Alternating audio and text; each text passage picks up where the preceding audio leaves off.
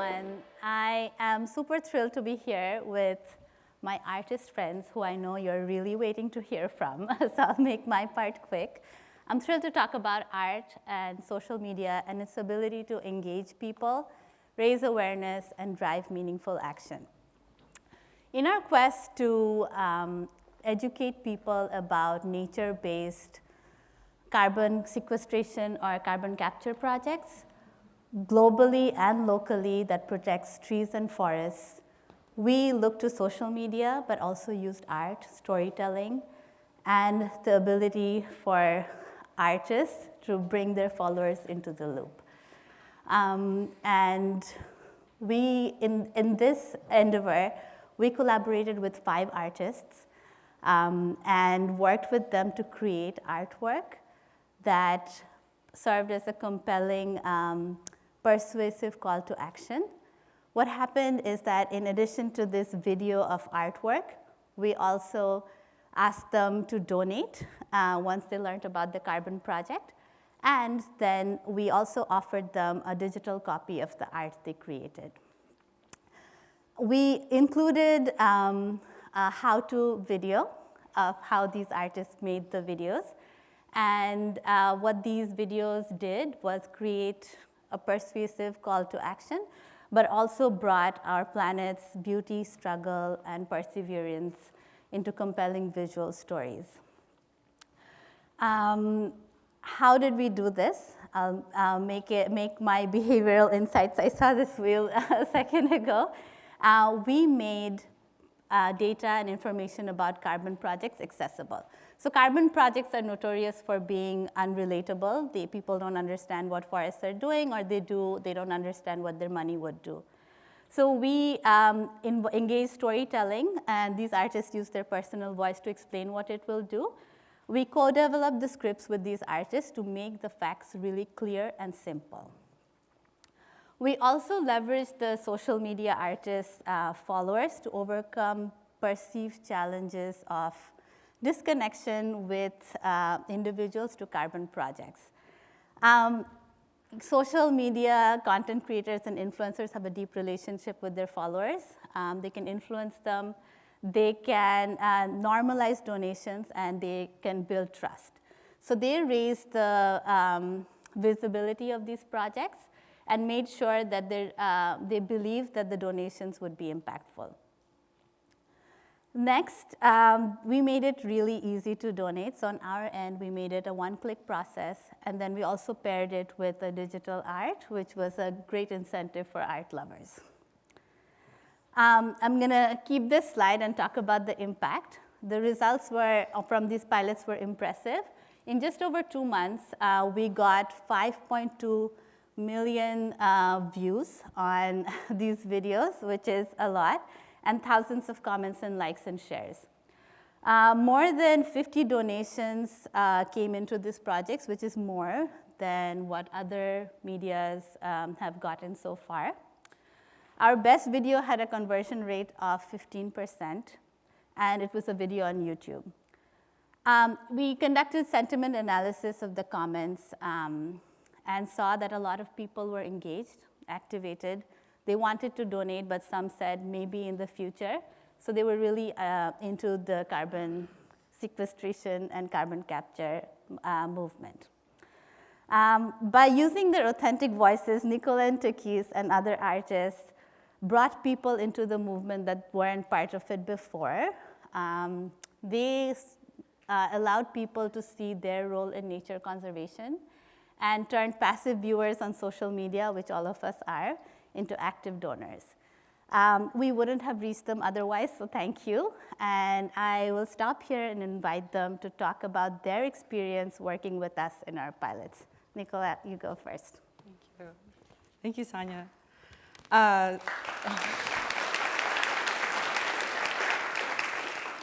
So I'm Nicola Russell, and I'm an artist and a social media content creator. I have around 900,000 followers on TikTok and around 400,000 on YouTube. And I partnered with Rare to make 3 paintings, so 3 videos. These are 2 of them, one in Kenya, one in New Hampshire. They were each carbon credit land conservation projects around the world. And then this was the last one for the peatlands in Indonesia. And if you don't know what peatlands are, they're huge lands of peat moss, and they store an enormous amount of carbon. They're really important. And so my goal was awareness, but it was really donations. How can we get people to care enough to donate? And I was hired as an artist. Art is so powerful. We all have experienced that. We all know it to be true. And I think it's also a very magical, mysterious thing. It adds a lot of romance to our lives. It has a huge history of being used to influence, to inspire, and to communicate. I know from a young age, I began using art pretty quickly to communicate. And when I then began later in life engaging on social media, it was just the obvious thing to combine with wanting to get any kind of message out, or if I was excited to share a story, or excited about activism, maybe women's rights, maybe queer history, maybe climate change, art was just the thing I knew how to talk to people with. So all my social media includes art in some capacity. And I quickly saw how well it worked with social media to amplify any message I wanted. I also quickly saw how vastly different art is in person versus online. They're just completely different experiences, and they need to be seen as that if you want to find success in either or. This is the finished product, but you wouldn't just watch a video of 59 seconds of just this and nothing else, like you would experience art in person. This is the meat of the video. It's the making of the art process. It's showing your viewers a peek behind the curtain of the magic and the mystery of art to engage them visually as I tell them something important. Attention spans are super short on social media. Every 3 to 5 seconds needs to justify the next. Your viewer is bored. They are not scrolling through social media because they're just waiting to bump into that climate change video and donate. No, they're probably resting or procrastinating work they should be doing. That's what I'm typically doing. So my goal with my influencer cap on is how can I get this bored person to, one, watch my video all the way through? Only 20 to 30% of people watch videos to the end before they scroll. And then two, how can I then, influence them enough, affect them enough to want to like, comment, share, let alone donate? So having the art making process helps them stay visually engaged, but you also need intellectual engagement as well. And you can do this with humor, with fun facts, with having an interesting plot and a story. I love delivering a story like it's gossip. Like, that person's alone on their phone. You're talking to one person, and you need to conduct it that way to get them to connect with you. But the biggest thing you really want to go for is emotions. Viewers will connect with something emotionally, but they're bored, and they're probably also a little apathetic. And climate change is scary, and a lot of people going for climate change donations they're talking to someone that they already assume cares about climate change. And they're going for heartstrings, for guilt, for worry. But, if you're thinking about your viewer online, they just have to move their finger and they're going to disengage and move past that. Not everyone wants to encounter that in their day. So I've found a lot more success in video making with engaging in emotions, ego, pride, emotions of passion. And so when I started this project, I kind of knew my goal wasn't getting people fired up about climate change. My goal was not donations. My goal as the influencer was views. Because there's already a certain percentage of people who are going to donate, who are going to be those people. My job is just getting this video in front of them. So how does that happen is everyone who's not going to donate, liking, sharing, and commenting, and just engaging. And so with that in mind, I chose the hook. I started this video with I didn't know what peatlands were, and I bet you don't either. I just immediately started with an accusation. It fires up people's ego, they get defensive, but I've reeled them into engaging. And about a third of my comments were, no, I knew what they were. They're telling me I was wrong. So I've got them to engage in the video, I've got them to emotionally invest, and hopefully eager to know more. And that combined with the visual tools of art and baby animals, led for a successful video. And I'm now going to pass it over to Takeyce. Thank you. Thank you.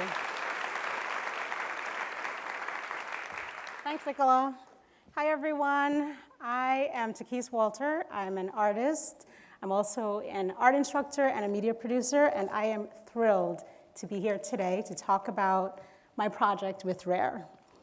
But before I get into that, I just want to talk about a little bit about my background and how I came to environmental conservation. So I was born surrounded by water, like I guess we're all born, somehow surrounded by water before we're born. But I was literally born on an island in Jamaica, and as you can see, water is a theme in my work. And I now live in upstate New York, where I find water everywhere I go. So I paint outdoors and plein air. And for those of you who aren't artists or French, and plein air means basically outdoors. And where I live is beautiful. I'm surrounded by the Adirondack Mountains, which are a great influence on my work. Connecting to that land is what led me to environmental conservation. So art found conservation, or through art, I found environmental conservation. By connecting my work with like-minded people who love this place, I met the director of the Nature Conservancy in the Adirondacks, and she invited me to be on the board. So that's how I got onto this journey of becoming what I like to call a creative conservationist. Now, being a Jamaican-born immigrant, artist, woman of color, oftentimes I'm the only one with my background and my experiences in a room. And this perspective has actually given me a drive to make sure that underrepresented populations are included in important conversations, and the most important conversation, in my opinion, is climate change and environmental conservation.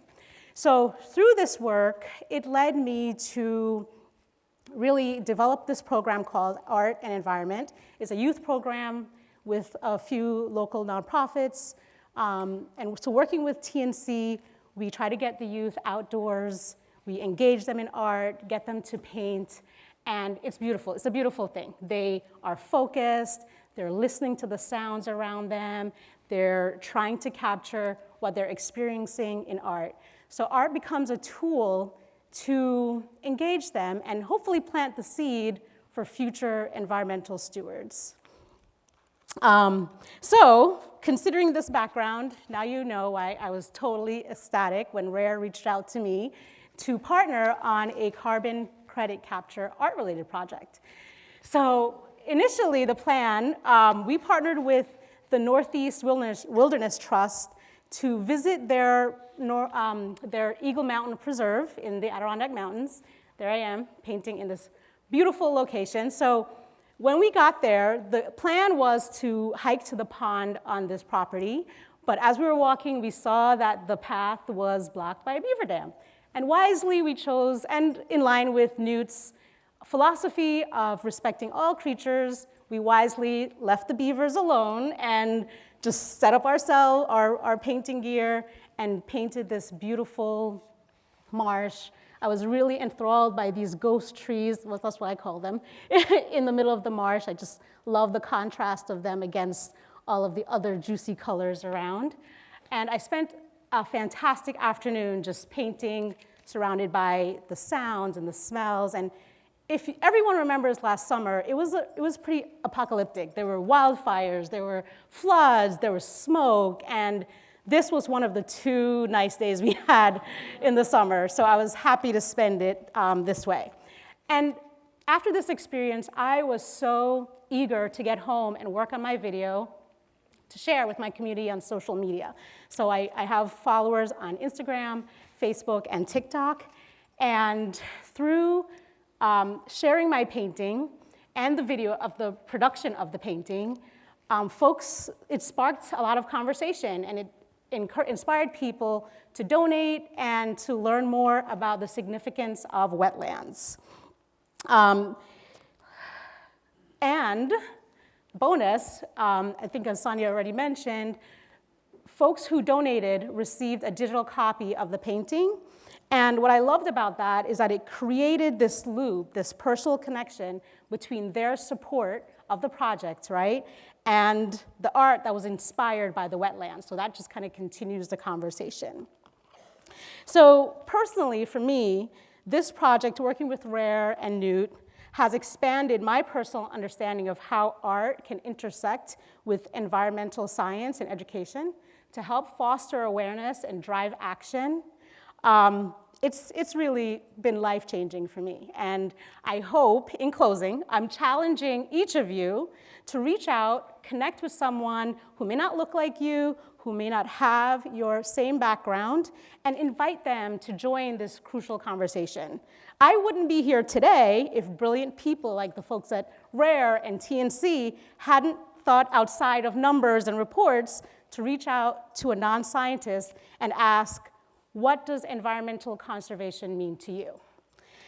So use the insights you gained here today to engage, to connect with underrepresented people and populations, including artists like myself, people of color, and young people. Young people are ready, they're primed. They want a planet that they can live in without choking and play outside in the summer. By including these voices and considering their unique perspectives, you can only enrich our overall collective understanding of each other, right? Which inspires and empowers folks to act and make a difference. Thank you.